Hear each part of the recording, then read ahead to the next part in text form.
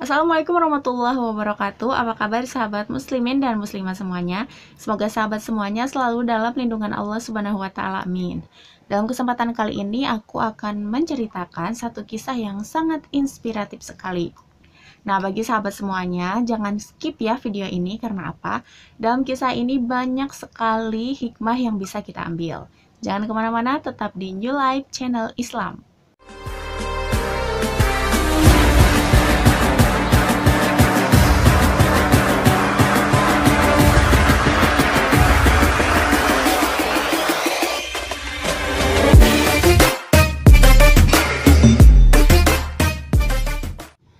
Kisah yang akan aku ceritakan yaitu kisah mengenai Uwais Al-Qarni, sang pemuda yang sangat berbakti kepada ibunya. Dahulu di Yaman tinggallah seorang pemuda bernama Uwais Al-Qarni yang memiliki penyakit sopak. Tubuhnya itu mengalami belang-belang. Tetapi walaupun kondisi tubuhnya cacat, ia adalah seorang pemuda yang sangat soleh dan berbakti kepada ibunya. Sementara ibunya Uwais Al-Qarni adalah seorang wanita yang sudah tua dan juga lumpuh. Tetapi meskipun seperti itu, Uwais tetap merawat ibunya dan mengabulkan semua permintaan ibunya. Tetapi ada satu permintaan ibunya yang sulit Uwais Al-Qarni kabulkan. Sebelumnya ibunya pernah berkata kepada Uwais, "Anakku, mungkin ibu tidak akan lama lagi bersama dengan kamu. Ikhtiarkan ibu agar dapat mengerjakan haji," pinta ibunya. Nah, setelah mendengar permintaan ibunya, Uwais sedikit tercenung karena apa?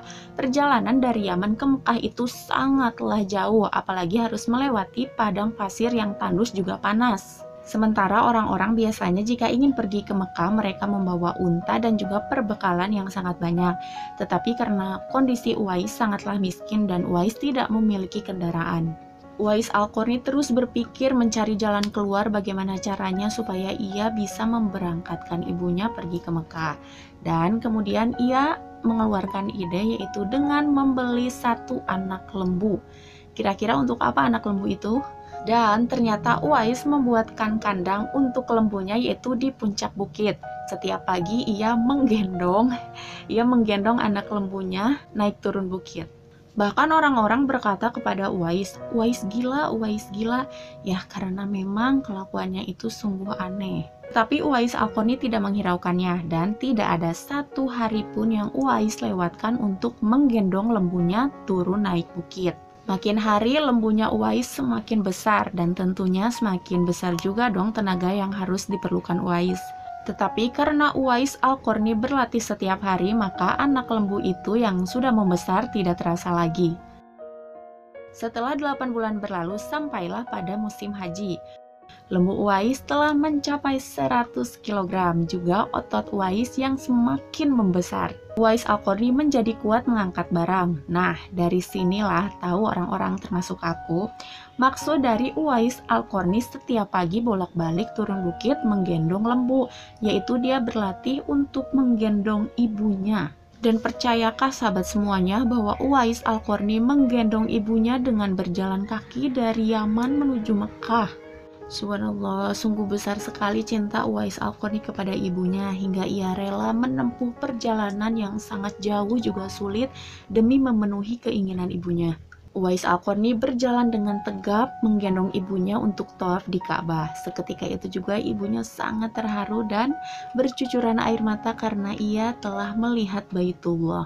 Di hadapan Ka'bah, ibu dan anak itu berdoa. Kemudian Uwais berdoa, "Ya Allah, ampunilah dosa ibuku." Nah, seketika setelah mendengar doa Uwais, maka ibunya bertanya kepada Uwais, "Lalu bagaimana dengan dosamu?" kata ibunya. Kemudian Uwais pun menjawab, "Dengan diampuninya dosa ibu, maka ibu akan masuk surga. Cukuplah ridho dari ibu yang akan membawa aku ke surga." Subhanallah, itulah keinginan Uwais yang sangat tulus dan penuh cinta kepada ibunya.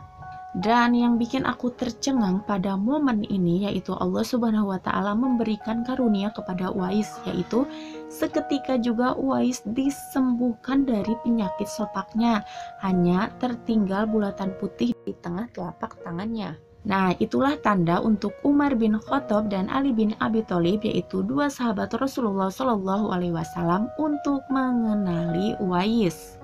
Nah, pada satu waktu, sahabat Umar bin Khattab dan Ali bin Abi Thalib sengaja mencari Uwais Al-Qarni di Ka'bah karena Rasulullah SAW berpesan, di zaman kamu nanti akan lahir seorang manusia yang doanya sangat makbul. Kamu berdua pergilah cari dia. Dia akan datang dari arah Yaman. Dia dibesarkan di Yaman. Dia akan muncul di zaman kamu. Carilah dia. Kalau berjumpa dengan dia, minta tolong dia untuk kamu berdua. Sesungguhnya Allah Subhanahu wa Ta'ala mengharamkan atas kamu durhaka kepada ibu dan menolak kewajiban, dan meminta yang bukan haknya, dan membunuh anak hidup-hidup. Dan Allah membenci padamu banyak bicara dan banyak bertanya. Demikian pula memboroskan harta atau menghamburkan kekayaan. Hadis riwayat Bukhari dan Muslim.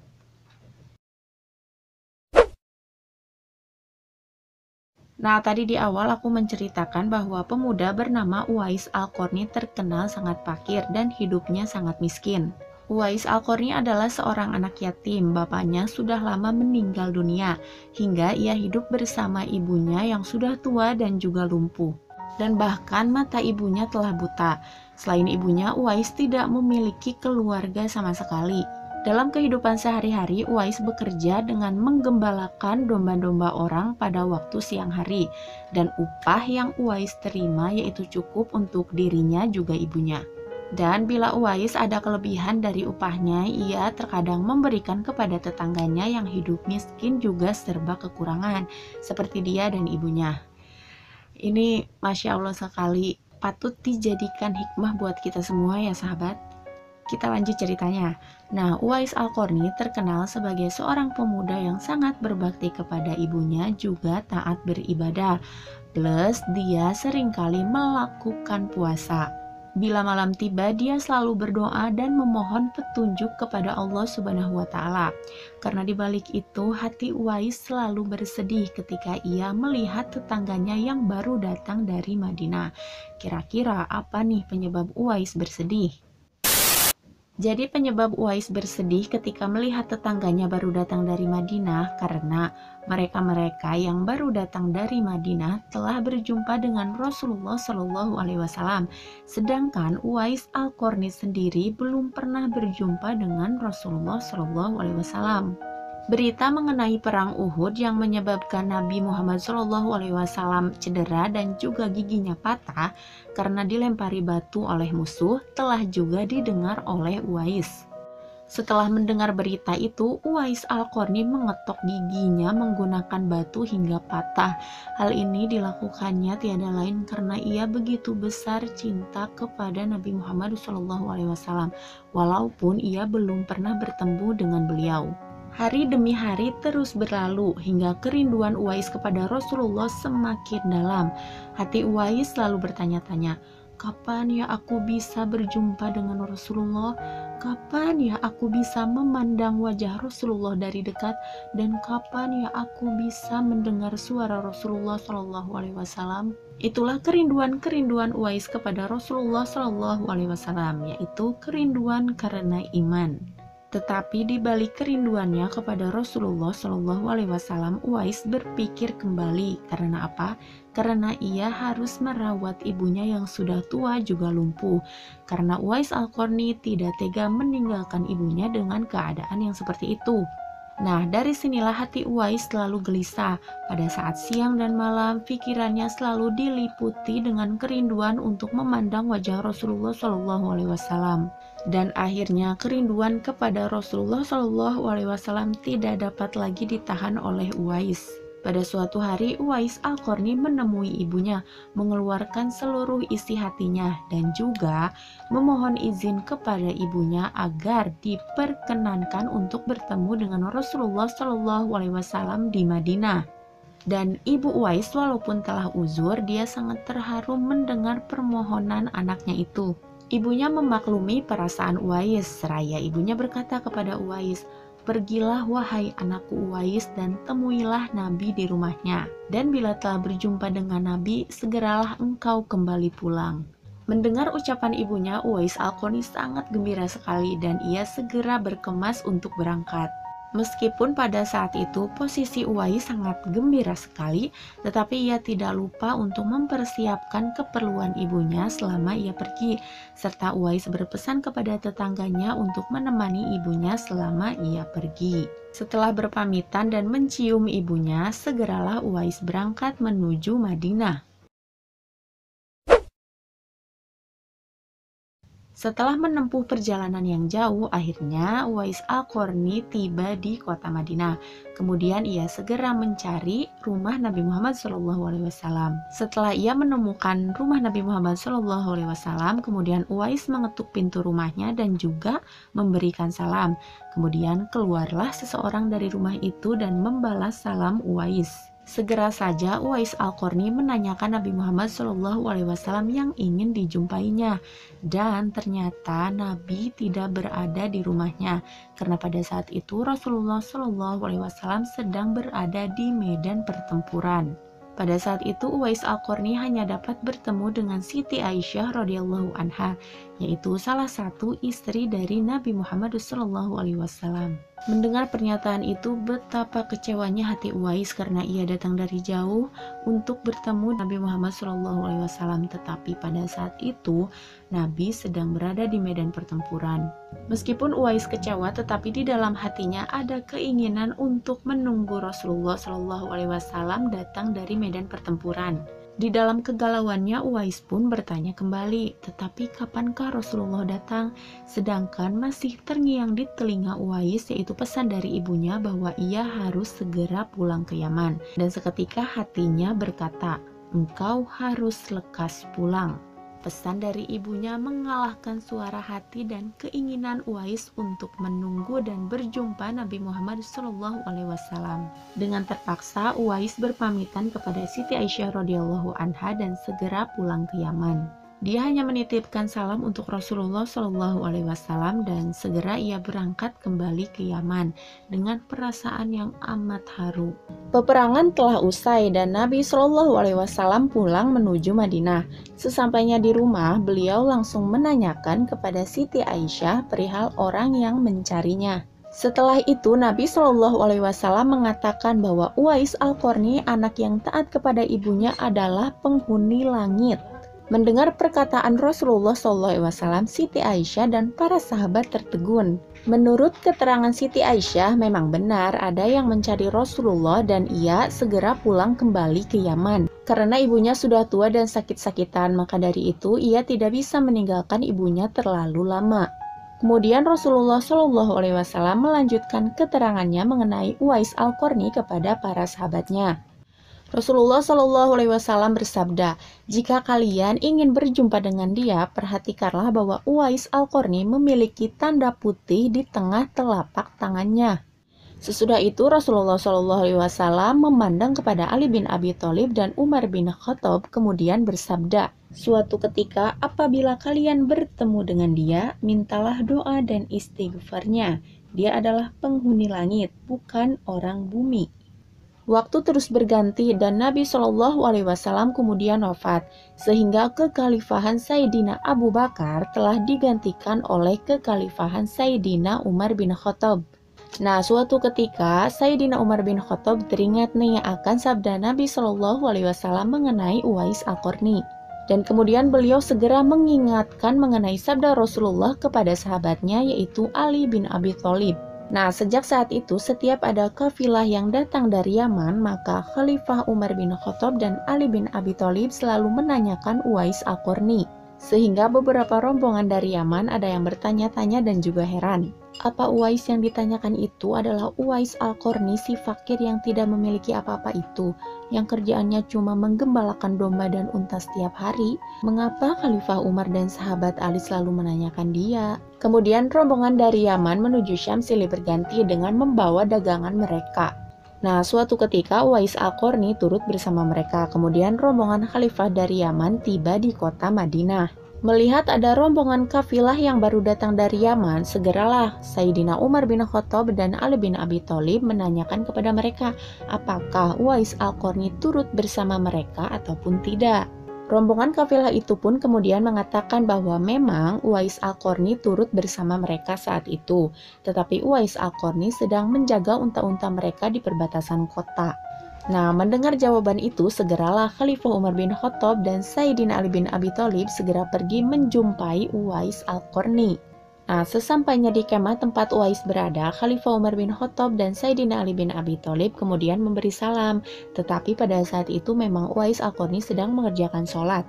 Setelah mengakhiri sholatnya dengan salam, kemudian Uwais Al-Qarni menjawab salam dari Khalifah Umar bin Khattab dan Ali bin Abi Thalib seraya mendekati kedua sahabat Nabi tersebut. Kemudian Uwais Al-Qarni mengulurkan tangannya untuk bersalaman.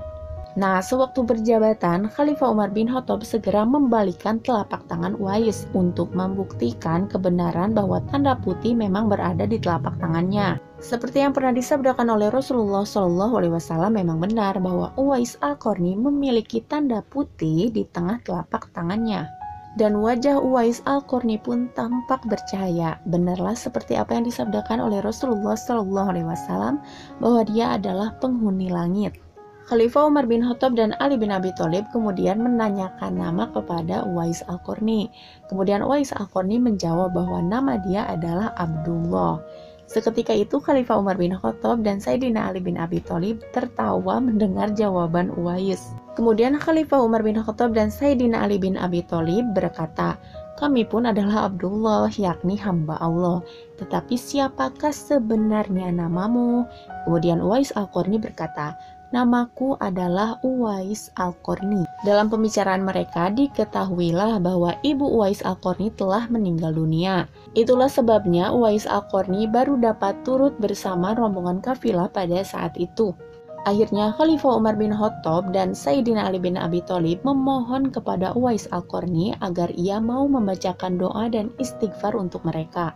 Kemudian Uwais enggan dan berkata kepada Khalifah, "Sayalah yang harus meminta doa kepada kalian." Nah, setelah mendengar perkataan Uwais Al-Qarni, kemudian Khalifah Umar bin Khattab berkata kepadanya, "Kami datang ke sini untuk mohon doa dan istighfar darimu." Jadi begini, karena Khalifah Umar bin Khattab dan Sayyidina Ali bin Abi Thalib yaitu pemimpin sekaligus sahabat Rasulullah SAW, mungkin Uwais berpikir, "Saya loh yang harus meminta doa kepada kalian, bukan kalian yang meminta doa kepada saya." Seperti itu. Karena desakan kedua sahabat ini, Uwais Al-Qarni pun akhirnya mengangkat tangan untuk membaca doa dan membacakan istighfar. Setelah itu, Khalifah Umar bin Khattab berjanji untuk menyumbangkan uang negara dari Baitul Mal kepada Uwais Al-Qarni untuk jaminan hidupnya. Dan segera saja Uwais Al-Qarni menampik seraya berkata, "Hamba mohon untuk hari ini saja hamba diketahui orang, untuk hari-hari selanjutnya biarlah hamba yang fakir ini tidak diketahui orang." Beberapa tahun kemudian, Uwais Al-Qarni berpulang ke rahmatullah. Nah, sahabat, mulai dari sini terdapat beberapa keanehan setelah meninggalnya Uwais Al-Qarni. Pada saat dia akan dimandikan, tiba-tiba banyak orang yang berebut untuk memandikan jenazahnya. Demikian pula ketika orang hendak menggali kuburannya, di sana sudah terdapat orang-orang yang sudah menggali kuburnya hingga selesai. Nah, ini nih. Ketika usungan dibawa menuju pekuburan, luar biasa banyaknya orang yang berebut untuk mengusungnya. Nah, jadi meninggalnya Uwais telah menggemparkan masyarakat kota Yaman karena banyak terjadi hal-hal yang mengherankan. Sedemikian banyaknya orang-orang yang tidak dikenal berdatangan untuk mengurusi jenazah hingga pemakamannya. Dan yang kita tahu memang Uwais Al-Qarni seorang yang fakir dan tidak dihiraukan orang. Sejak ia dimandikan sampai ketika jenazahnya hendak dimasukkan ke dalam kubur, di situ selalu ada orang-orang yang siap melaksanakannya terlebih dahulu. Penduduk kota Yaman ya, pasti tercengang dan mereka saling bertanya-tanya, "Siapakah sebenarnya engkau Uwais Al-Qarni? Bukankah Uwais Al-Qarni yang kita kenal hanyalah si fakir yang tidak memiliki apa-apa, yang kerja sehari-harinya hanya menggembalakan domba dan unta, tapi ketika hari wafatmu engkau menggemparkan penduduk Yaman hingga hadirnya orang-orang asing yang tidak kami kenal. Mereka datang dengan jumlah yang sedemikian banyaknya. Agaknya mereka adalah malaikat yang diturunkan ke bumi untuk mengurusi jenazah hingga pemakamanmu." Nah, itulah beberapa pertanyaan yang juga mengherankan atas meninggalnya Uwais Al-Qarni. Berita meninggalnya Uwais Al-Qarni dan juga keanehan-keanehan yang terjadi ketika wafatnya telah tersebar kemana-mana. Baru saat itulah penduduk Yaman mengetahui siapa sebenarnya Uwais Al-Qarni, karena memang sebelumnya belum ada yang mengetahui siapa sebenarnya dia. Selama ini memang tidak ada yang mengetahui siapa sebenarnya Uwais Al-Qarni disebabkan karena permintaan Uwais sendiri, yaitu kepada Khalifah Umar bin Khattab untuk merahasiakan tentang dirinya. Nah, itulah kisah mengenai Uwais Al-Qarni, sang pemuda yang sangat berbakti kepada ibunya dan juga penghuni langit. Semoga kita semua bisa memetik hikmah dalam kisah ini. Wallahu a'lam bishawab. Semoga kisah ini bisa menjadi berkah bagi kita semua dan tentunya sahabat, jangan lupa ya untuk share video ini.